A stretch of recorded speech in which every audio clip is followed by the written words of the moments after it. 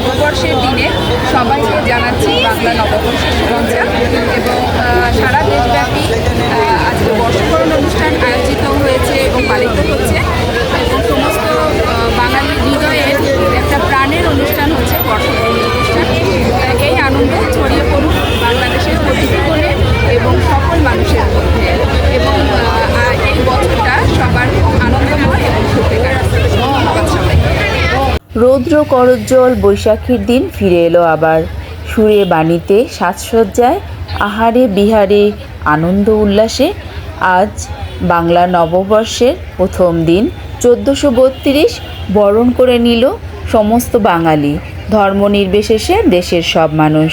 পুরানো ব্যর্থতা ঝেড়ে ফেলে সবার কল্যাণ কামনায় উদযাপিত হয়ে গেল বর্ষবরণ উৎসব। নববর্ষকে আবাহন জানিয়ে বহু কণ্ঠে ধ্বনিত হলো এসো হে বৈশাখ এসো এসো।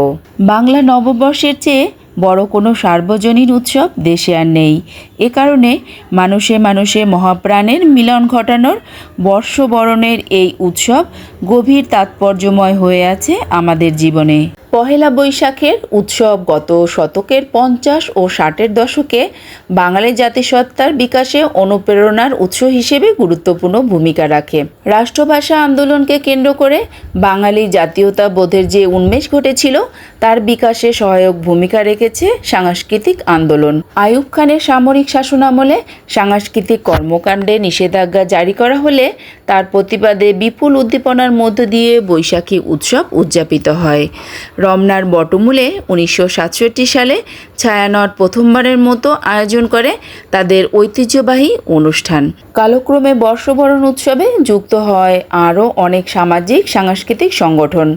চারুকলার শোভাযাত্রা বর্ণাঢ্য করে তোলে এই আয়োজন। বহু সংগঠনের অংশগ্রহণে বর্ষবরণ বহু প্রাণের বিপুল উৎসবে পরিণত হয়।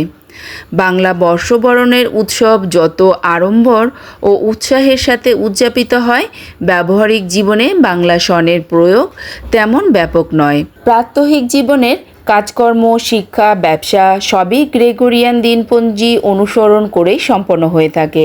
তবে বাংলা দিনপঞ্জি পুরোপুরি অব্যবহৃত নয়। কৃষকেরা চাষাবাদ, ফসল রোপণ, ফসল তোলার ক্ষেত্রে বাংলা সনের হিসাব অনুসরণ করেন। অনেক ধর্ম সম্প্রদায়ও তাদের ধর্মীয় আচার অনুষ্ঠানের জন্য বাংলা বর্ষপঞ্জি ব্যবহার করেন। কাজেই সমাজে নানা ক্ষেত্রে বাংলা বর্ষপঞ্জির প্রয়োগ রয়েছে।